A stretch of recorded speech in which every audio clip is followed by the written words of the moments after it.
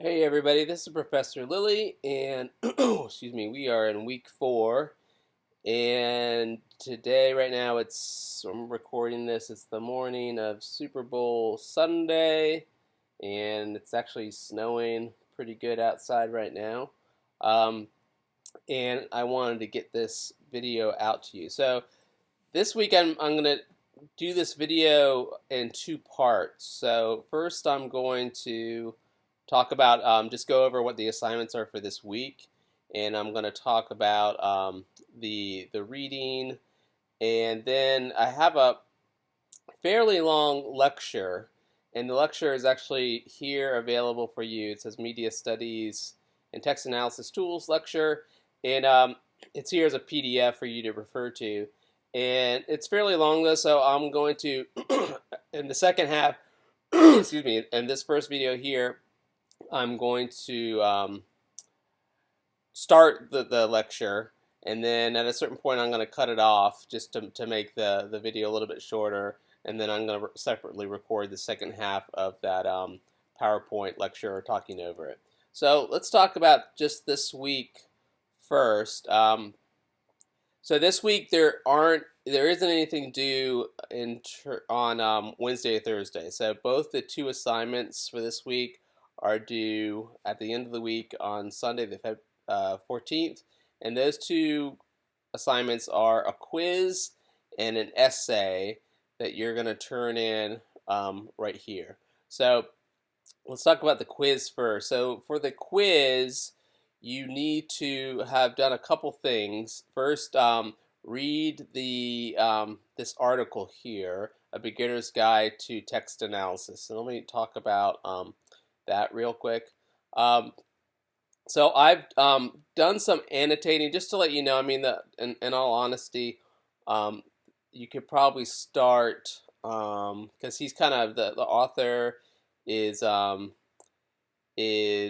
McKee, and he's kind of starting to talk about his whole thought process in writing this article that's about something that's not written about a whole lot in terms of text analysis as a methodology. And I'm going to talk about that later. There is a lot of written about, a ton. But in terms of offering a beginner's guide, there weren't too many when I looked to find one, but I found this.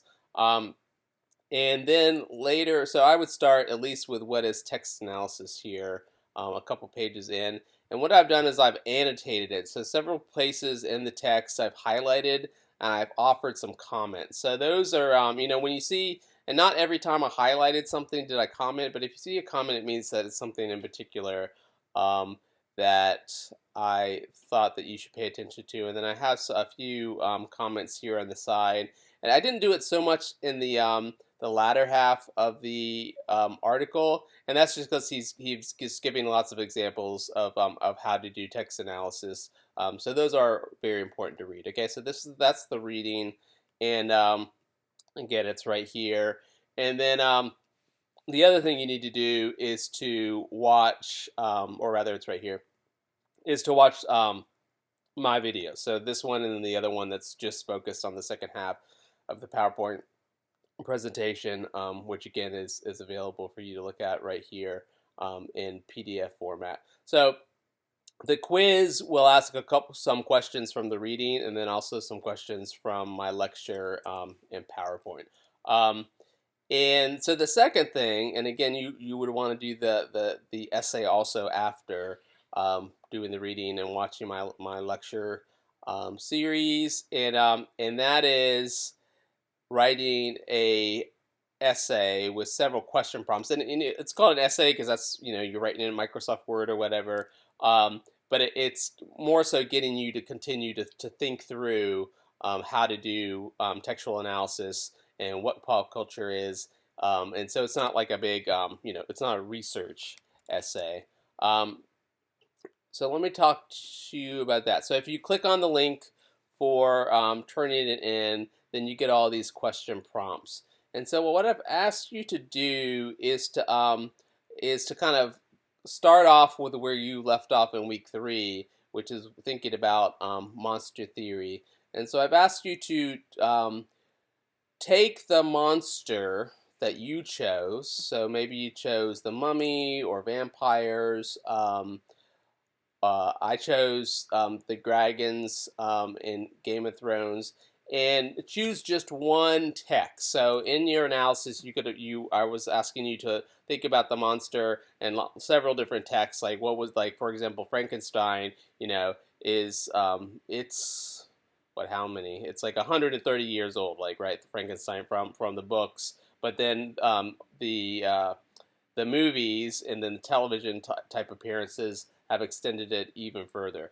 So if you chose Frankenstein, then you would just choose one movie, maybe the more recent one, or one of the Netflix series that has depictions of Frankenstein in it. So just choose one text. Um, and what I'm asking you, and just make sure you read the guidelines. I'm not going to go through everything, but you can submit it as a .doc or .pdf here, and include photos and screenshots, and any links to any web resources that you use. So what I'm asking you to do is, in the lecture for this week, I talk about 3 textual analysis tools. And they are semiotics or semiotic analysis, psychoanalysis, analysis, and political economy analysis. And they're just 3 different tools, so that when later on the semester, when you're working in groups, and then finally when you're working on yourself on your final project to do kind of a more in-depth pop culture analysis of a particular group of texts or one text, pop culture text. So you have several tools. You're not just like, I don't know how to do this. Hopefully at the end of the semester, you'll have a decent sense of how to start and do that research project, analysis project. And so 3 tools. And so for each of them, again, after you watch my lecture series, I'm asking you to kind of go through the process of doing not a big in-depth analysis, but how would you do it, and what are some of the thoughts and some of the information that you would give if you were doing a more in-depth analysis. So again, doing semiotics, psychoanalysis, and political economy. And you should have a decent. I mean, you'll be working through it. This is the first time you've ever done it. So I'm not going to come through and say, when I'm looking at these, oh, you completely did it wrong. I might give you some suggestions on how to improve it, or different ways to do it.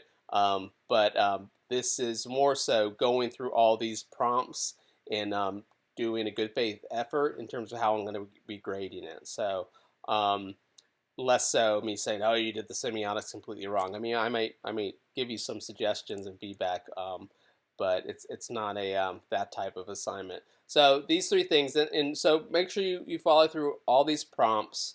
For example, with semiotics, looking at symbolism in a text, so explain what the monster could be seen as symbolizing inside the text, and then also what could it be symbolizing in our society today. And so it does require you to, like I said, you're going to have to choose one text. If it was a movie, you're probably going to have the movie available to look at it, to watch it, in order to do this analysis. You could go and read up on it. If you're doing a television series, you might just watch 1 or 2. Like if I was going to do Game of Thrones, I might go back and do a little bit of reading on online on what are in the different episodes, and maybe do a little bit of watching. Now, I'm pretty familiar with Game of Thrones, so I could probably do this. I have that level of familiarity that I probably wouldn't have to go. I might find some links and find a little bit of information, find some images, but I probably wouldn't have to. So if it's a text you're very familiar with, then find some images online, maybe for the political economy analysis. Find a couple links online. So you don't necessarily have to do a whole bunch of watching, though, in order to do this assignment. So again, the main thing is go through the prompts. Think deeply. This is not, I think, a 1-hour assignment, mostly because it should take longer, because you have to think. You have to think and plan. Write down some notes. Write down some initial ideas, and then go back and look at parts of the text and see if especially in terms of psychoanalysis and semiotics, and if your initial ideas really seem to have merit. And the political economy analysis requires you to do a little bit of research in terms of the industry practices and how you might see them impacting your particular text. Um, so again, this is not something you should probably try to do in like a couple hours on next Sunday. It requires more time in part because you're going to be thinking about it and doing it in steps and and so on and so forth. Okay, so anyway, here's the prompts. This week there's no kind of peer response. I will be looking at your responses and offering a grade. And and again, you have the whole week to work on this. So again, make sure you spend time looking at these guidelines. And that's it for week 5. Okay, so again, both of these can be done, the quiz and the essay. You have a whole week to do them. All right, so let's get into the lecture. And again, you can see the PowerPoint version of the lecture here. And I'm going to do the first half now, and then I'll just cut it off just to make it a little bit easier. Sometimes it's hard to look at a really long lecture, without taking a break. Okay, so what I'm going to do in this first part is I'm going to talk about some of the early theories and models of from media studies in terms of models of scholars trying to figure out how do media impact people. And the reason is because today we kind of recognize a pop culture analysis as being one way to figure out how do media texts impact people and impact our culture. Like how do people make meaning from them, and how does that impact how people think of the world and experience the world. And so it's important to kind of figure out how do scholars get to that place of where we're at now, where a textual analysis is a common tool for being used. And then I'll take a break, and then I'm going to talk about some other areas of media studies common today that we're not going to really go in depth into in this course. And then I'll take a break, and then part 2 I'm going to talk about what is text analysis, and then focusing mostly on these 3 tools: semiotics, psychoanalysis, and political economy. And then at the end I'm going to I have some examples of how I would apply those 3 tools to the Game of Thrones, and by way of giving you an example. So in the early, so for over 100 years, so maybe 110, 120, probably even longer than that for some intellectuals, scholars have been trying to think about, so how do media impact people?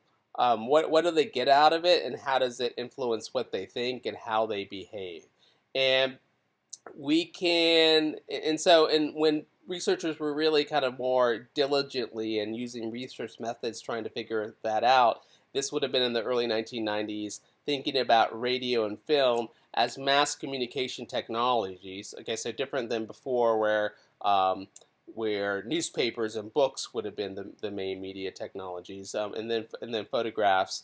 But radio and film being broadcast to mass societies, and the idea was that they thought that kind of helped a government, for example, to create the type of society that they wanted to. And this was certainly influenced by wartime contexts, starting like thinking about World War One, and the implications of a whole lot of developed countries in the world coming together and having this catastrophic war, and thinking about, well, is this what the future of our planet's going to be? Is war, gigantic nations warring with each other, and millions of people getting killed, right? So it was kind of a scary time to live. And what's the role of these mass communication technologies like radio and film in that whole process? So the first kind of basic idea of how they thought it happened was that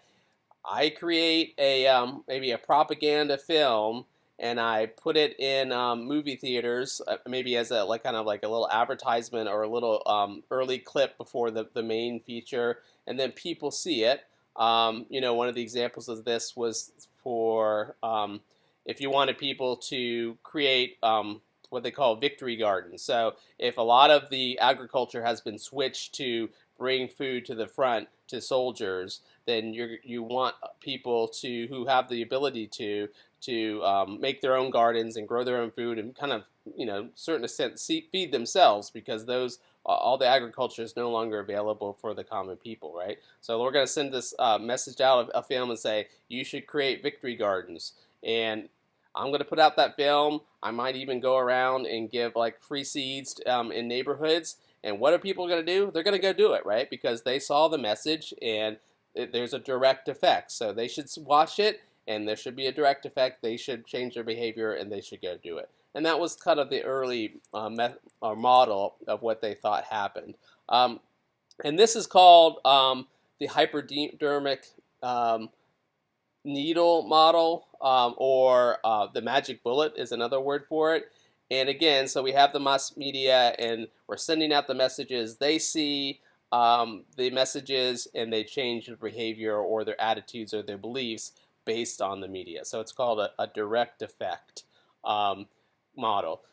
So relatively quickly, I mean, it took them some time, but they started realizing through research, using research studies, that this doesn't seem to be the way it is, right? And we know that today, right? So when I see a Volkswagen ad, of course I don't go out and immediately buy a Volkswagen. There's all sorts. I mean, there's an issue of information overload or cultural overload at this time, that we couldn't do all those things. Like, think about what a person would be like if they went out and acted on all the ads and all the media. Like, they would not be able to be a real person, right? They'd be considered schizophrenic or crazy. So the next model, realizing that the direct effects model is not how it works, was the idea of a two-step flow model. So the mass media sends out the message, and then people might change their behavior, and it's in part because of contacts with what we call opinion leaders. So maybe I see the Victory Garden film, and I go out, and maybe my local pastor or my next door neighbor is like, you know what, I saw that thing about Victory Gardens. I think that's a great idea. We'll be supporting the war effort. And that, hearing that and talking about that with that other person makes me more likely to want to have that behavior. So starting to recognize the social aspect of who we talk to, and maybe even a little bit what we already believe influences what we do with the media message. And then this guy, William Schramm, came along in the 1950s, and he added more to that two-step flow. So he's talking about, okay, well, it's not just opinion leaders. It's like it's all the social aspects that go into talking about a particular media text, economic influences, political influences. So your political or your beliefs about the world influence what you do with a media message and how you make meaning from it. Whatever other cultural, subculture you live in, and what you are being like bombarded with, or what your language is, who you are, like if you're a child, if you're an adult, all sorts of different aspects of a person's life influence how they make meaning from a particular text. So this is getting more closely to this model here on the left, what today we see would be a basic model of communication or media impact on people. So next, I just want to talk real quickly about some of these other kind of areas of media studies that we're not really going to focus on too much this semester, but you should kind of be aware of. And this is also a little bit sequential in terms of how they came out in time. So the media effects was kind of the next area. So once researchers started realizing, well, there's not always direct effects. Okay, they still wanted to know, well, what are the effects, and can we predict how a particular message might impact a particular group of people? And this was popular in the 60s and 80s, and this is a time when this is not quite my generation. I guess it was, because I like I mentioned before, I was one of the first generations raised on television. But and researchers and also government officials recognizing that, okay, well, now we have a generations growing up on television, radio, like almost all the time being influenced by entertainment media. This also corresponds with in the 1960s and 70s, pornography becoming legal. Okay, so now there's like you can legally like go to like rated R and rated X movies, and more violence on television as well. Children's television programming, and parents like mine putting me in front of the TV at a young age, and people are wondering, well, what's the impact? What's going to happen to this generation?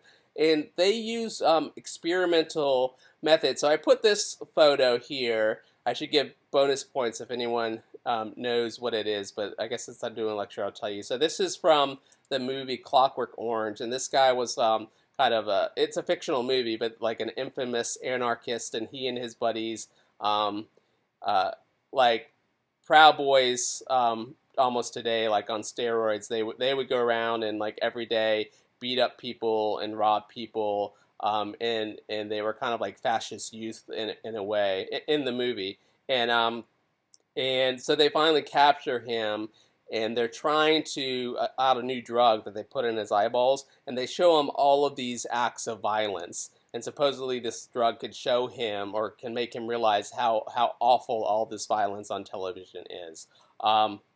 But the reason why I put this in here is because it kind of depicts like some of these experimental methods. They wouldn't have the things of the eyeballs, but they would track someone's heart rate, their brain activity when they were exposed in a lab to um, violent depictions of violence in movies or television, for example. So after decades of research, they came up with this bottom conclusion: some media messages have some effects on some individuals at some time in some contexts. The contexts are very important. So, for example, I was just watching TV before I started this lecture, and there was a winter storm warning that came across the bottom, right? So that message might make me more likely to get a little bit of information and say, oh, I need to go put salt on my driveway or something like that. But in terms of all the violence on television, they found unless you are a person who was probably predisposed to violence anyway, but also was a very, very, very heavy viewer of violence, would it encourage you to probably be a more violent person in general. So you thought the world is a violent place, more violent than it really is, right? It's a very violent place. I need to be prepared. It's okay for me to be more violent. So a kind of warping of one's reality because they are heavy users of television. So the media effects, kind of because of these limited results, has moved on to be focusing on more practical questions. So, I mean, there are still people or researchers looking at aggression in viewers, and how they can be influenced by heavy use of violent, and by use I mean like watching a lot of violent televisions or movies.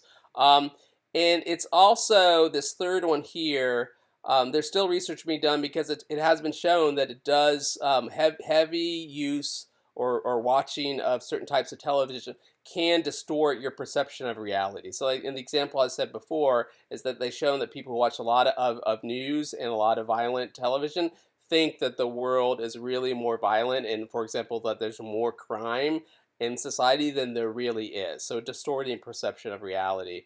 And certainly in terms of the influence on pro-social behavior. So if we think about when I was in my teens and 20s, even a little bit in my 30s, a lot of my peers used to smoke. I never was that interested, partially because I have asthma, so it never really was an option for me. But a lot of them smoked, and through the campaign of telling the public relations campaign of trying to get people to quit and letting people recognize or realize how bad it can be for your health, the number of Americans who smoke today versus in the 1960s, 70s, and 80s and 90s is way down, right? And that's partially because this massive public relations media campaign to let people know.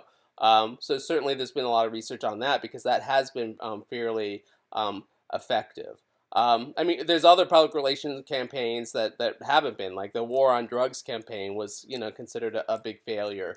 So it's not saying that all campaigns of that type are are successful, but there are examples of some that are.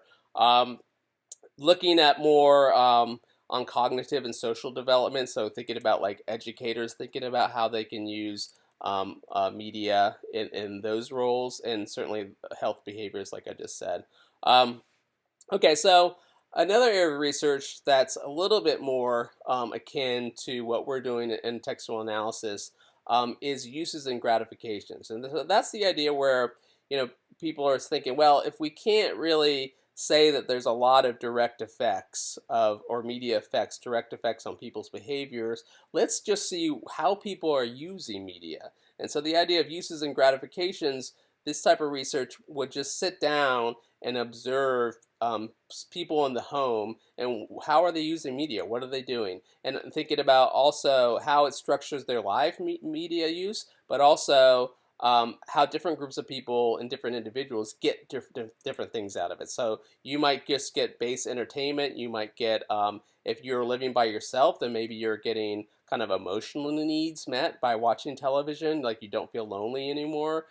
Certain applications of media or uses of media are very much informational. Others, you might be feeding your own kind of ideological view of the world. So one of the things this type of research started to recognize is that people tend to self-select media um, and media types that are more along the lines of their versions of the world, right? So if maybe if I'm a certain person who's more conservative or have a certain viewpoint, then I'm more likely to watch Fox News, as opposed to maybe if I have another viewpoint, maybe I'm more likely to watch MSNBC, right? Because I'm less likely to watch something that's going to make me upset. I'm more likely to watch something that makes me, my version of the world is supported, right? And this is also, so this is the same with entertainment that says it's supposed to be nonfiction,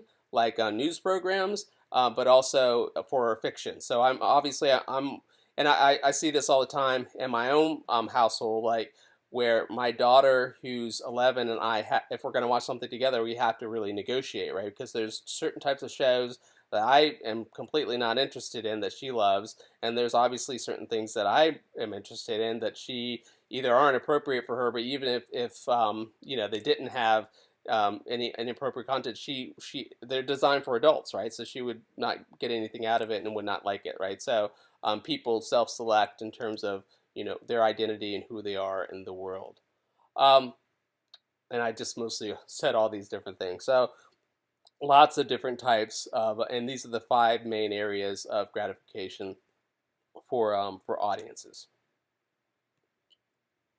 Okay, so uses of gratifications is a type of what we call reception or audience studies. And you're going to be doing a little bit of audience studies or analysis later on the semester. And even in this week, one of the things I'm urging you to do with textual analysis is you don't just go with your kind of interpretation or your reading of the text. You also go and look at the audiences, like fan groups of that particular text or group of texts, and see how they identify with that text. Like think about like Harry Potter or something like that. If I was going to do a textual analysis of the Harry Potter movies or one movie in particular, there's lots of symbolism in there. There's lots of things I can do in terms of my own observations from reading the text and describing it in an essay. But I would also go and look at the Harry Potter fans and what aspects of the movies do they identify with? Like how do they get meaning out of it?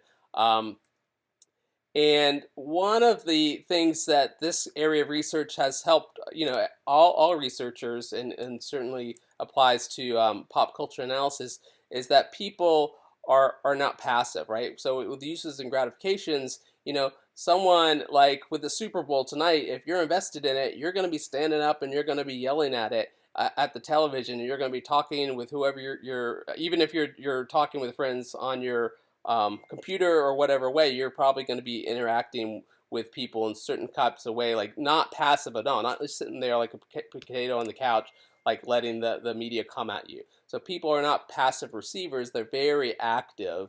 And this is important in textual analysis because recognizing that people make their own meanings and interact with those texts in lots of different ways. So this is what we come down to, is this is our kind of basic model of communication processes that most researchers accept today. And it kind of talks or appreciates all the different aspects of creating it, from creating a text to people reading it or using it or watching it, whatever term you want to use. So we start here with the creation of the message. So for Game of Thrones, this is writing the books and creating the television series. And when in text analysis, when you pay attention to this aspect of it, you're really doing your deep reading or your reading of the text. So looking at the text itself. So I would be doing narrative analysis, like writing about the narrative, the characters. So when I get into talking about semiotics and psychoanalysis, where you're looking for symbolism, you're looking at the character portrayals and the characters themselves, and any kind of relationships to stereotypes or emotions in the characters. I'm kind of doing my reading of the text itself. Next we have, so for the transmitter encodes the message. What does that mean? So that means the author writes a book. Okay, so the message, the form of the message, the platform is a book, or the directors make a movie, or you make a podcast. So you're putting it into the media form, and that's what that means. And then and then transmitted. So the book is published, the television series is released. So in this stage here, with 2 and 3, when we get into talking about music and then doing television series analysis later in the semester, we're going to talk about genre analysis. And so that's where we're getting into the genre of like a science fiction book or a science fiction television series, and how the genre plus the platform together help to kind of define the parameters of what is possible, but also what is probably or how the for example in a science fiction television series, there's lots of cliches and lots of kind of intertextual aspects to it. So if you're watching Game of Thrones, then and the directors are making it, then they're always thinking about all the other science fiction television series, or fantasy in that case, that happened before, and the conventions of that genre. And then also political economy, which is all about looking also at genre and looking at how the industry plays an impact in terms of how that text is produced, and also some of the meanings that are put into it. And then the second half on the right-hand side here, so the message is received. So you watch the movie, or you watch the TV series, or you read the book, or you listen to the album. And so audience studies is at this, and what happens is what they call decoding. So decoding is where I, as a receiver, as a watcher, as a member of the audience, I watch the film and I make my meaning from it, or I read the book and I make meaning from it. And so that's what we call decoding, and the making of the meaning itself for audiences or individuals. And that's where audience studies kind of looks at. So if I'm looking at Harry Potter fans or Game of Thrones fans, like what meanings have they got out of it? And so if I looked at YouTube, like there's a lot of YouTube fan videos about the big female, strong female lead roles like Arya and Daenerys, and how do they identify with the text? And that is also very fruitful type of analysis to kind of realize, what those, because these are people who are paying close attention. So it's great to find out what they think about this particular media text, and that also helps you to realize like what is its impact in popular culture, right? Because these are the big fans. I mean, in popular culture, we're talking about people who have watched a text or millions of people have watched a text to make it popular, right? And so why is it becoming popular? It's all about how the people and why the people identify with that particular text, whether it's a song or a book or a film. Okay, so I'm going to stop here and then come